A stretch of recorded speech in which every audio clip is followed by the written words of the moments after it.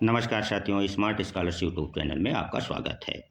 ऐसे विद्यार्थी जो टीजीटी, पीजीटी, असिस्टेंट प्रोफेसर परीक्षा की तैयारी कर रहे हैं, उनको हम बता देना चाहते हैं कि इसी चैनल पर आपको राजनीति विज्ञान के सारे कॉन्टेक्ट मिलने वाले हैं और आपकी तैयारी बेहतर से बेहतर हो पाए, इसलिए एक साथ हम राजनीति विज्ञान और संविधान दोनों को लेकर के वीडियो बनाना शुरू कर दिए हैं और कुछ वीडियो आपके बन भी चुके हैं, उसे आप जा कर के पहले देख लें। और हमारा उद्देश्य यह है कि जो माध्यमिक शिक्षा चयन बोर्ड ने परीक्षा तिथि घोषित की है, वो भी दिसंबर के आखिरी महीने और जनवरी के दूसरे सप्ताह में, उसको ध्यान में रखते हुए हम ये प्रयास करेंगे कि आपको इसी महीने और अथवा दिसंबर के फर्स्ट वीक तक पूरी पोल्टी संविधान सहित समाप्त कर दें, जिससे आप अपने लिए एक स्थान सुरक्षित कर पाएँ।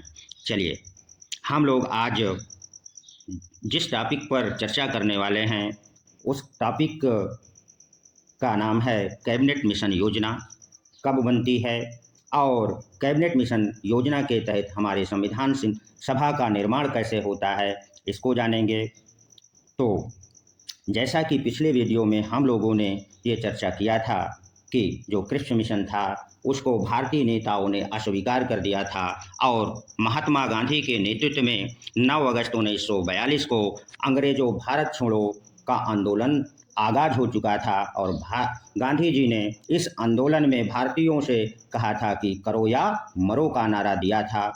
द्वितीय विश्व युद्ध चल रहा था और भारत में अंग्रेजों को भगाने के लिए भारत छोड़ो आंदोलन की शुरुआत हो चुकी थी और जैसे ही द्वितीय विश्व युद्ध 1945 में समाप्त हो जाता है, उधर ब्रिटेन में आम चुनाव होता है।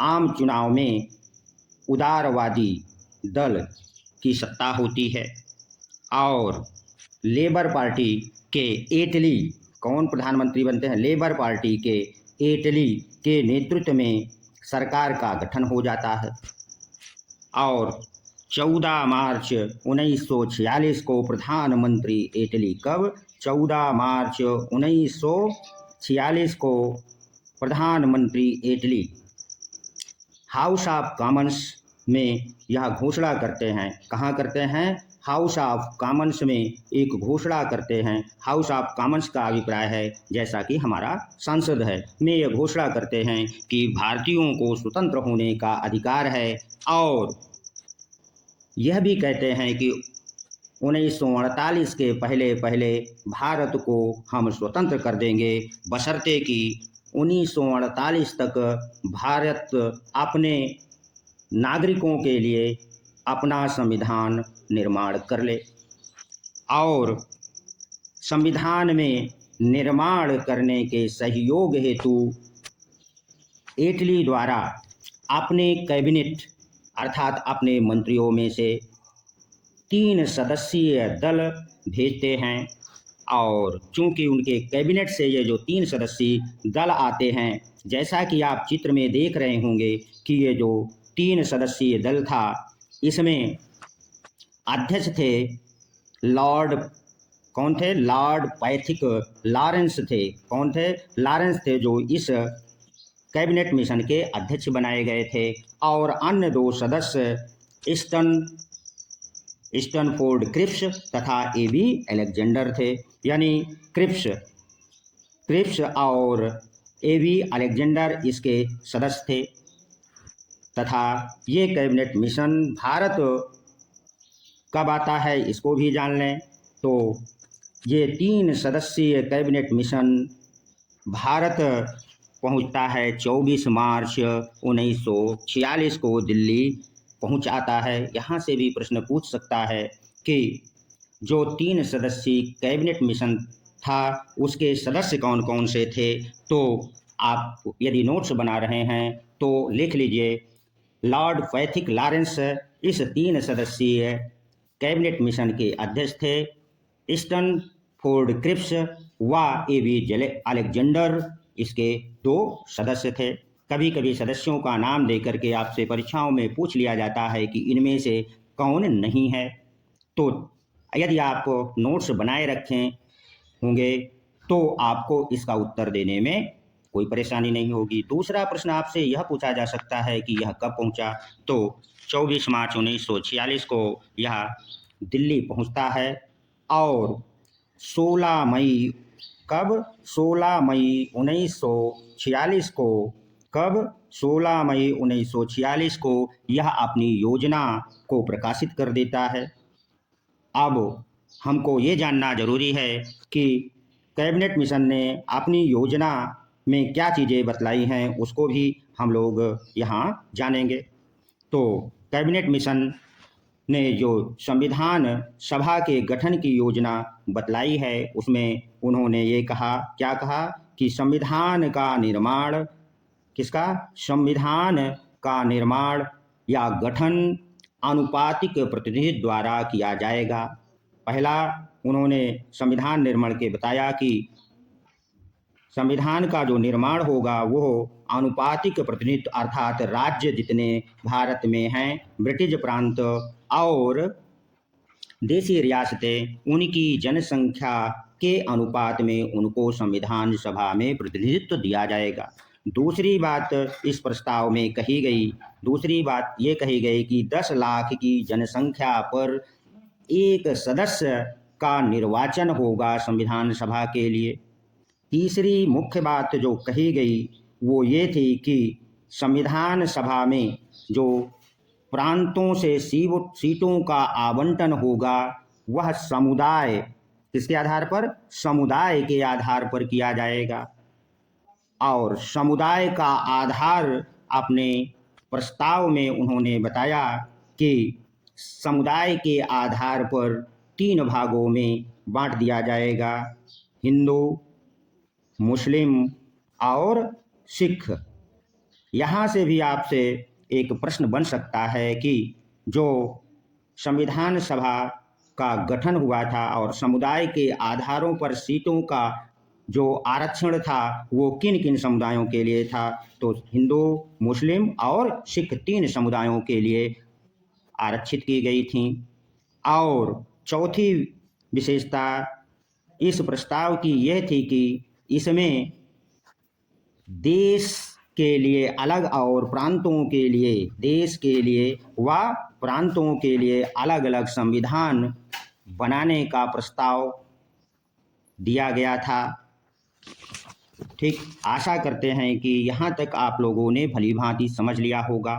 अब हम ये जानेंगे कि संविधान सभा में सीटों की कुल संख्या कैबिनेट मिशन योजना के तहत कितनी निर्धारित की गई, तो सीटों की संख्या कुल 389 निर्धारित की गई, अर्थात संविधान सभा में 389 सदस्यों का चुनाव होना था।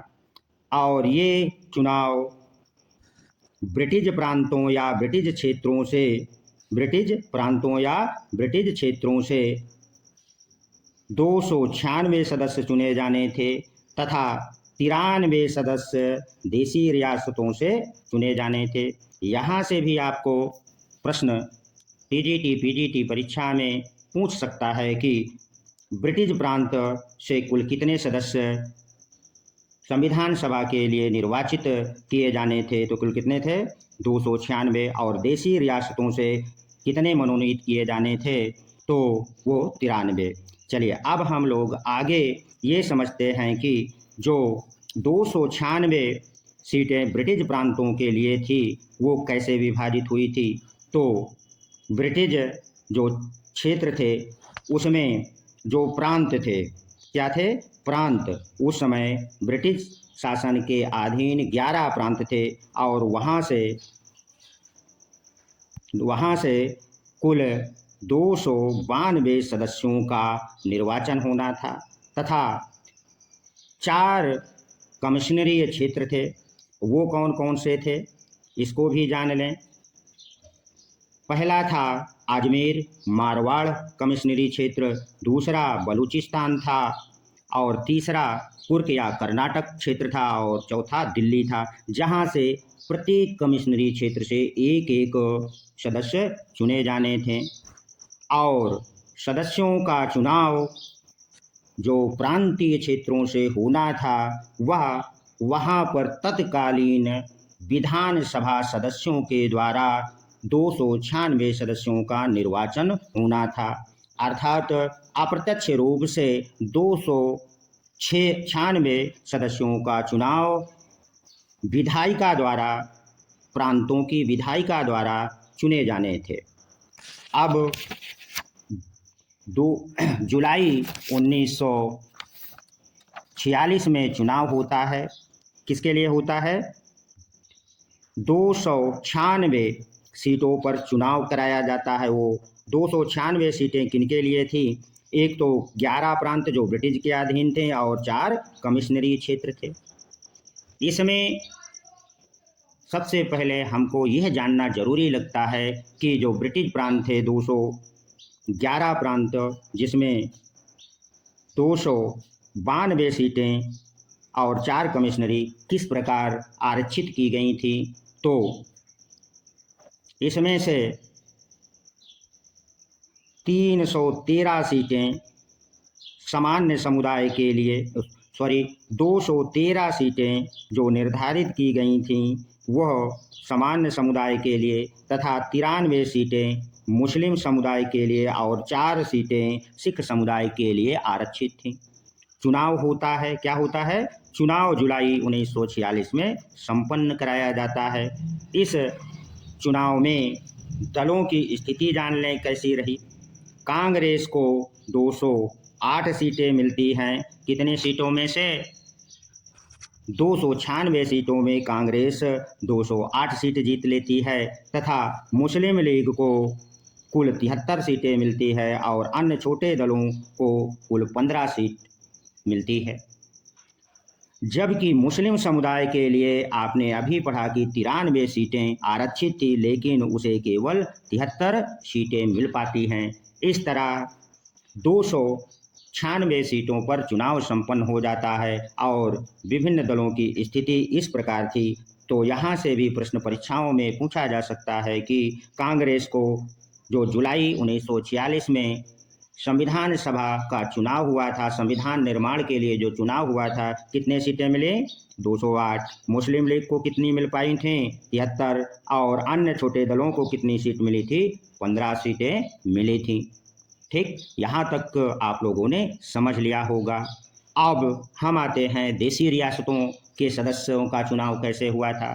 तो देशी रियासतों में का चुनाव नहीं हुआ था, बल्कि उनका क्या हुआ था? उनको मनोनीत किया गया था और मनोनीति एक सलाहकार समिति या समझौता समिति आपसी बातचीत करके रियासतों द्वारा मनोनीत करके 93 सदस्य भेजे गए। इस प्रकार हमारे देश की जो संविधान सभा है, जिसमें कैबिनेट मिशन योजना के तहत 389 सदस्यों का चयन हुआ था, वो भी ब्रिटिश प्रांतों और देशी रियासतों से इस प्रकार हो जाता है। और हमारी संविधान सभा का गठन जुलाई 1946 में चुनाव के बाद और रियासतों से 93 सदस्यों के मनोनीत के बाद हो जाता है। और यही संविधान सभा आगे चल करके हमारे संविधान का निर्माण करती है, जिसे हम अगले वीडियो में पढ़ेंगे कि हमारे संविधान सभा के निर्माण की प्रक्रिया कैसे शुरू होती है, वहाँ चर्चा करेंगे। आशा करते हैं कि यह वीडियो आपको पसंद आया होगा। यदि पसंद आया है तो इसे सब्सक्राइब कर दें, लाइक कर दें। मिलते हैं अगले वीडियो में। धन्यवाद।